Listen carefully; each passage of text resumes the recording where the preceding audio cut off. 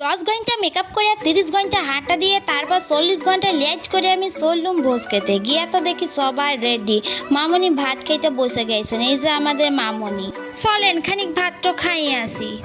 ও মা, কত লোক! এরা সবাই আমাকে দেখছে কেন? এটা কি? ও মা, কি সুন্দর দেখতে! এটা কি সুন্দর খেতে! বাবা, এটা দারুণ খেতে! আতো দিচ্ছে, খাই। ভাই, এটা তো কি সুন্দর খেতে! আমাকে মা কেন দেয় না এগুলো? ও মা, এটা আবার কি বটে? এত বড়! এটা কি? এটা আমার কাছে আনছে কেন? খেয়ে দেখো, দেখি। ভালো তো বাবা, এটা তো বেশ সুন্দর খেতে। কি সুন্দর সুন্দর খাবারগুলো দিচ্ছে আমাকে আজকে। হ্যাঁ, নিয়ে নিল কেন আমার কাছ থেকে? আমাকে একটু দাও। আমাকে দিচ্ছে না। এটা আবার কি দিচ্ছে আমাকে? এটা কি দেখি। ও, এটা যে জল, এটা জল। কিন্তু ওগুলো আমাকে আর দিচ্ছে না কেন? আমাকে একটু দাও না, আমি খাই। দিচ্ছে না, আমি মালাই খাই। মা, কত খাবার, আমাকে একটু দাও না, আমি খাবো। এই তো দিচ্ছে, খাই, একটু খাই। কি সুন্দর টেস্ট! চুষে খাই। কি ভালো। যাক, তাহলে আমাকে দাদু দিয়েছে। উস্তারা পড়া ফটো কন্টিনিউ করছে আর ইস্তারা আমি আমার বুলুক কন্টিনিউ করছি। তো তোমরা আমার বুলুক কন্টিনিউ দেখতে থাকো।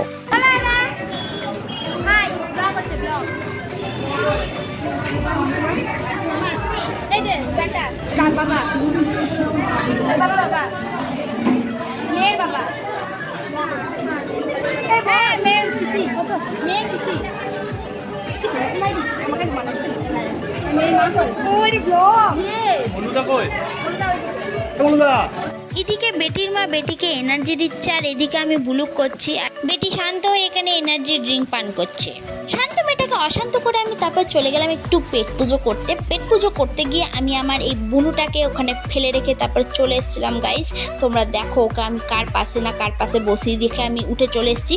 তার জন্য তো দেখতে পাচ্ছ, মুখটা দেখে বুঝতে পারছো কতটা ফায়ার হয়ে গেছে। আর এদিকে এরা মটন খাচ্ছে বসে আর আমি ওদের মটন খাওয়া দেখছি আর ওদের মটনে আমি লোভ দিচ্ছি। গাইস, ওদের পেটে চরম ব্যথা হবে, ওরা আমাকে ছেড়ে খেতে বসে গেছে। হাই পিসি, খাওয়া হয়ে গেল? এইদিকে দাদা খেলে তো? এবার একটা ঘুম দরকার নাকি? বাবারে দাঁড়াও,